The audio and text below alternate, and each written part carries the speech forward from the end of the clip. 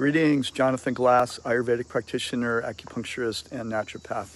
So, I would like to talk today a little bit about the element time. So, there's the nine elements as we have discussed: earth, water, fire, air, ether, then the subtle mind, intelligence, false ego, consciousness, and then the soul, the Atma. So, that's 10 elements right there. And the Atma is considered a non-material element, but the mind, intelligence, ego, and consciousness is called a subtle element. But there's another, in Ayurveda, is actually ultimately 24, 25 elements, and one of them is time. Time is very interesting. A lot of people say time is a construct, time is unreal, time is an illusion, and some people are very wedded to time. So what's the reality? So the Vedic perspective from Ayurveda is that that which is eternal is real and that which is temporary is false. That's one perspective. So that would mean time is false. But on another level, time is a real energy. Just like this body is real, it's temporary, but it's real. You know, this wall, this railing right here is real, but it's temporary. So we don't have to get overly esoteric about time in a sense, because it's real, it has its impact, and it's based on the movements of the sun, actually. In Ayurveda, it's how the sun moves through the different atoms and the speed at which it moves through different atoms. That's why in other universes, when there's different distances from the sun and the planet itself, whatever planet it is, time is different. So sometimes here, if 1 year here on Earth is like 1 day in another realm, time-wise.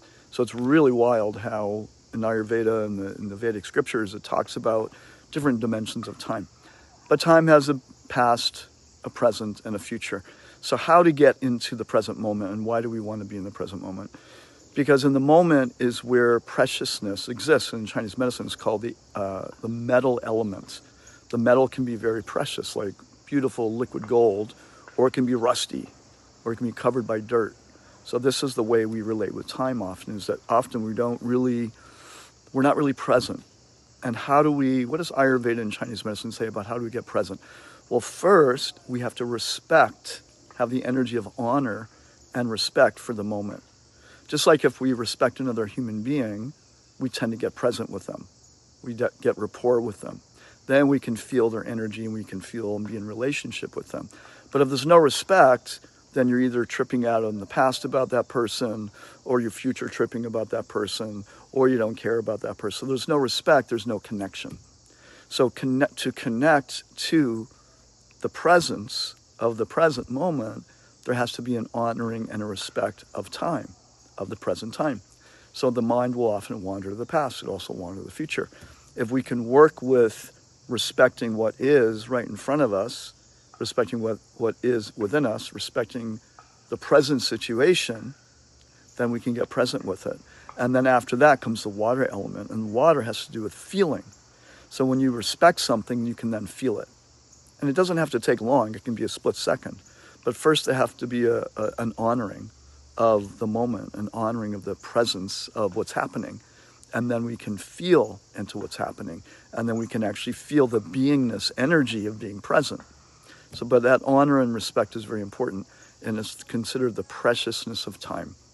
So we want to cut through the past, cut through the future, and use like sword-like attention to respect the moment, and then we will find that we're able to be more present and actually deal with what is meant to be dealt with, whether it's a difficult situation, a very positive situation. Either way, we need to be present for it. And I think that's one of the big challenges of the cell phone world, technology world, is that because of the energy of it, we tend to get like lost in that energy and we lose sense of time. I'm sure we've all experienced that. We've been on the phone and hours have gone by. So presence is really, really important. Respecting the moment is really important. Respecting ourselves is really important. Respecting others is really important. Respecting the universe is really important. Respecting the divine is really important. So respect is the word of the day. And I would just say, everybody practice, see what happens when you respect every single person you come in contact with, whether you like them or not. One of my teachers once said, he said, even if someone is abominable, respect them from a distance. So that doesn't mean you have to like them. You might dislike them intensely, but there must be a way that okay, that person is a soul, maybe covered with, pounds and tons of illusion and negative energies, but still there's some way in that somewhere in that person's heart, they can be respectable, even if that person doesn't even know that that part exists in their own heart.